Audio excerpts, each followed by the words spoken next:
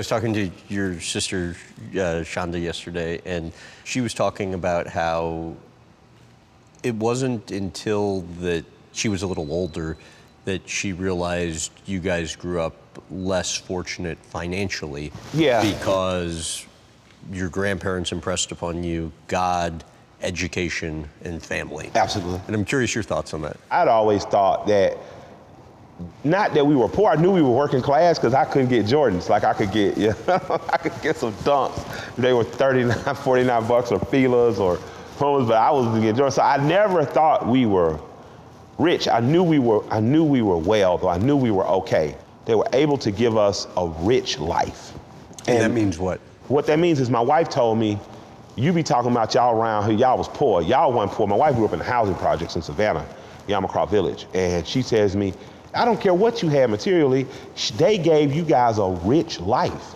A life where there were no expectations of not doing well. A life that, the neighborhood they lived in was a mixed economy, black, all community, all black enclave, but everyone lived there from working class folks like us to some of the richest developers. So for me, I realized that we didn't have certain things financially because I was in the age group where everything changed, where people stopped wearing Pro Kids and Converse and started wearing Adidas and Puma, and Nike became the king of all sneakers, and Reebok was right behind. So I knew that, but I never felt without. I never felt poor, and it doesn't amaze me that they didn't realize that, because my grandparents did such a great job of taking care of us. Our cousins came to our house. My grandparents weren't with going out, spending the night out. So it'd be 10 kids in their house and everybody be fed and everybody be happy. And the richness of the experience was what enriched us versus having stuff. I'm told you guys you and your siblings were expected to work. Rain, sleet, snow. Yeah. What was involved with that? It was just, you had to develop a good work ethic. I hate it. I quit jobs and just told them, look, man, I'm wasting y'all time. But even as kids, you guys were cutting grass, right? You had to cut grass. You had to go to the minister's garden and pick mint. I remember my grandmother taking us around. I'd have to cut the grass. It wasn't for free. For free. But because it wasn't for free, it was an honorarium to the people that had made a place for us to grow up and have a rich life. We were never taught to believe it's free. Oh no, this is what you owe. This is what you do for your community. It's not a free thing because you start to take that for granted. We understood that there's a reciprocal relationship within a community. Our grandmother helped us and our grandfather helped us understand that. And they didn't just say that, but I asked my grandmother, why are we going to the old folks' home? You're a nurse, you get paid to do this. Why are you going up here doing this for free after church? And she looked at me, because that's what you're supposed to do. You're supposed to take care of your neighbor. She was a devout Christian. My grandfather, I thought, was more agnostic until the last 2 years of his life. I was like, you actually believe in God? He's like, yeah, I believe in God, I just don't believe in preachers.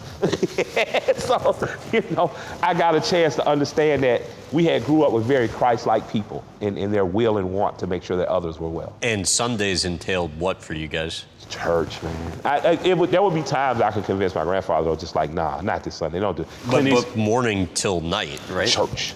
We went to the Baptist church that we belonged to. My grandmother, she had quit listening to the blues and stuff like, she never was a partier and things. Her mother frowned upon those things, but when you're younger, you get out, go to a B.B. King concert, Little Rich, something like that.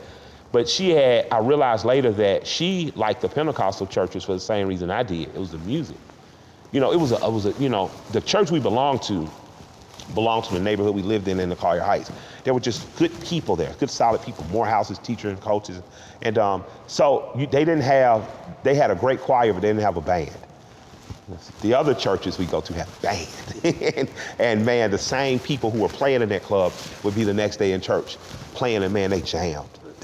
And there was a period of time where you were exploring other religions, but it was still an expectation on your grandma's end that even if you weren't going to church, even if I went to the mosque on Fridays, if I went to the mosque on Fridays and prayed, that was fine, but you were still going to church. Mm-hmm. My grandfather, I think when I started questioning religion, I realized that my grandfather later, he had done the same thing as a young man. And he convinced her to go easier on me or to let me stay with him sometimes. We watched Clint Eastwood movies all day and kind of talk about different religious leaders and his thoughts. So I got a chance to push back mid-teen. I did hear your grandma went a lot easier on you than she did your sisters. Yeah, you got to though. She would say, girls' problems come home and cry like I did with my mother, But I did have a lot more freedom, but I had the freedom because I had sisters, and In the South, there's just a tradition of making sure girls are coveted and cared for in a way that they don't get used and abused by the world. And boys, you kind of let get their things. You give them good advice, you counsel them, but boys you allow to be earlier a little more adventurous. Tell about your attendance record from K through 12. I never saw the importance of getting to school on time.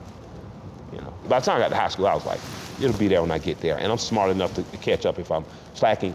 There was nothing more paramount than education. And my grandmother understood that if you marry the want and will to work hard with the want and will of education, that life would be easier for you. It does not mean that hardships won't come, but life will be easier for you the more educated you are. And education isn't just simply about books, because at Tuskegee University, the bricks that built the buildings were shaped and formed by the kids who were there. So they had technical knowledge as well, just in trade skills and things of that nature.